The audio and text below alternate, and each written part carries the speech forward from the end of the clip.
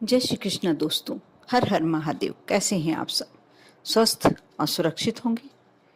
दोस्तों, मानव जीवन, मनुष्य जो जीवन होता है वह समस्याओं से पूरी तरीके से घिरा हुआ रहता है। आप किसी दूसरे को देखते हैं, आपको ऐसा लगता है कि वो बड़ा सुखी है, लेकिन बिल्कुल गलत। कहीं ना कोई समस्या से सभी ग्रस्त हैं। और छोटी मोटी समस्याएं तो हम यूं ही टाल देते हैं, लेकिन जब बड़ी समस्याएं आ जाएं, जैसे आर्थिक या और कोई ऐसी परेशानी जो हम पूरी हमारे वजूद पर हमला करती है, यदि मान सम्मान नहीं प्राप्त हो पाता या ऐसी कोई समस्या जो हमारे सीधे सीधे जिंदगी को अटैक कर रही है, हम क्या करें इस समय? दोस्तों, इसके लिए मैं बहुत ही छोटा सा आज आपको उपाय बताने वाली हूँ। बुधवार के दिन करने वाला उपाय है। रात्रि के समय 9 से 12 बजे के बीच में आप सिर्फ एक माचिस की तीली से कैसे अपनी हर समस्या को, कैसे अपनी हर परेशानी को दूर कर सकते हैं। आप रात्रि के समय, बुधवार के दिन रात्रि के समय आप एक माचिस की तीली लें। सर्वप्रथम सबसे पहले आप उस माचिस की तीली को जब हाथ में लेते हैं, गणेश जी का ध्यान रखें। गणेश जी का ध्यान करें, गणेश जी को नमन करें, क्योंकि प्रथमेश वही है, प्रथम पूज्य वही है। जो भी आपके मन की समस्या है या जो भी आप चाहते हैं, जो आपकी मनोकामना है, आप गणेश जी के समक्ष रखते हैं। वह रिद्धि सिद्धि के दाता है, बुद्धि के दाता है, सभी कार्यों में प्रथम रहने वाले हैं, पूजन में प्रथम रहने वाले हैं। इसलिए आप उनसे विनती करें, एक माचिस की तीली ले लें और साथ में माचिस का खोखा भी। आप कोई ऐसे स्थान पर, जैसे छत पर जा सकते हैं, यदि आपके घर में छत है तो छत पे जा सकते हैं, या आपके घर की गैलरी। आप यह कार्य करने के लिए सिर्फ 1 मिनट का कार्य भी नहीं है, बहुत छोटा सा कार्य है। आप इस बात को तब तक किसी से शेयर ना करें जब आप ये उपाय कर चुके हों। उसके बाद आप किसी को बता सकते हैं, लेकिन जब आप नहीं करे हैं और करने वाले हैं और जब कर रहे हैं, आप किसी को ना बताएं। आप समय देख लें कि जब आपको कोई, उस समय आप एकांत में हो, अकेले हो, आप माचिस की तीली ले लें, एक माचिस का खोखा साथ में। सिर्फ एक ही तीली की आवश्यकता है। एक कागज, सफेद रंग का छोटा सा कागज चाहिए आपको, और साथ ही एक बारीक चलने वाला पेन।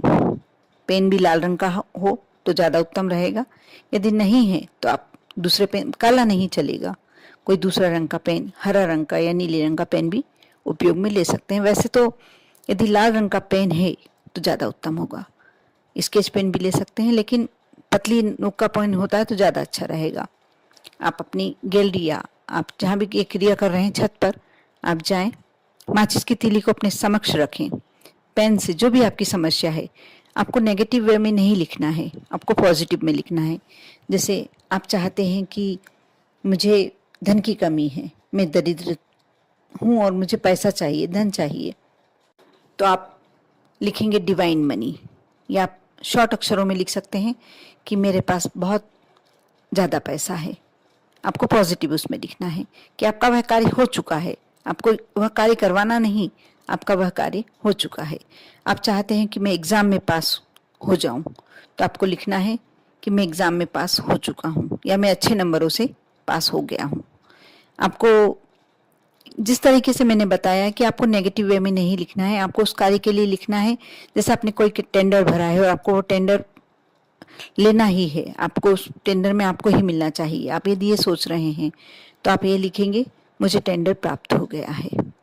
और यदि परिवार में किसी से कलेश चल रहा है, संबंध खराब चल रहे हैं, आपको यदि उनसे अच्छे संबंध करना है तो आप ये लिखेंगे कि हम दोनों में बहुत अच्छी बनती है, या हम दोनों के संबंध बहुत अच्छे हैं, या हम दोनों में बहुत प्यार है। जो भी आप लिख सकते हैं, जिस भी आपके शब्द, लेकिन पॉजिटिव। और आप जो ये कार्य कर रहे हैं, आपको अपने लिए अच्छे के लिए करना है, किसी दूसरे के लिए बुरे के लिए नहीं करना है। इस बात का विशेष ध्यान रखेंगे। आप जो माचिस की तीली की आड़ी तरफ होती है, बहुत छोटे छोटे अक्षरों में और इजीली लिखा जाएगा। मैं लिख के भी देखा है, लोगों से करवाया है, आराम से लिखा जाता है।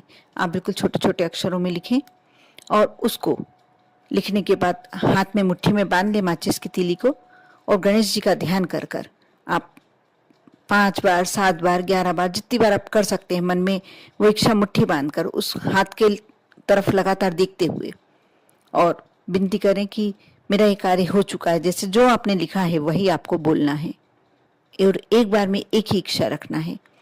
आप लगातार बोलें, जितनी बार आप बोल सकते हैं। जितनी ज़्यादा बार बोलेंगे उतनी ही जल्दी वह कार्य पूरा आपका होगा, उतनी ही शक्ति, उतना ही आपका बल उसको प्राप्त होगा। उसके बाद आप उस माचिस की तीली को हाथ में लेकर जला लें।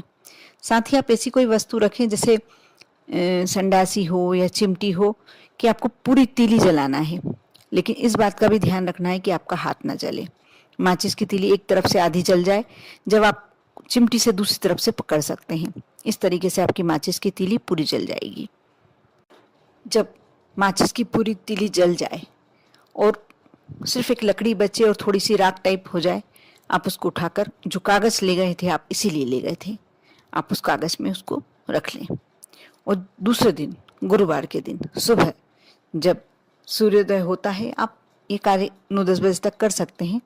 और इसे लेकर आप अपने गमले के अंदर दबा दें, तुलसी जी का गमला हो उसमें दबा दें, या कोई भी वृक्ष के सामने, कोई वृक्ष हो, पवित्र वृक्ष हो, पीपल का वृक्ष हो या बरगद का वृक्ष हो, जिसमें भी आप डालना चाहें, आप घर के गमलों में किसी भी वृक्ष के नीचे डाल सकते हैं। इस पुड़िया को बिल्कुल छोटी सी पुड़िया करके रखें आप और उसे दबा दें। आप ये कार्य ऐसे तो आपके 2-3 बार करने से ही पूरे हो जाएगा, लेकिन और आप ये कार्य कर चुके, उपाय कर चुके, उसके बाद किसी से शेयर भी कर सकते हैं और किसी को बता भी सकते हैं, कोई प्रॉब्लम नहीं है। लेकिन जब आप ये कार्य कर रहे हैं, आपके आसपास कोई नहीं होना चाहिए, इस बात का आपको अवश्य ध्यान रखना है।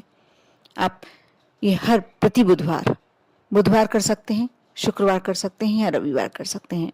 वैसे बुधवार के दिन किया हुआ कार्य ये ज़्यादा जल्दी सिद्ध होता है, क्योंकि बुधवार स्वयं गणेश जी का दिन होता है। उस दिन जो भी आप मन की इच्छा रखते हैं, गणेश जी बहुत जल्दी पूरी करते हैं।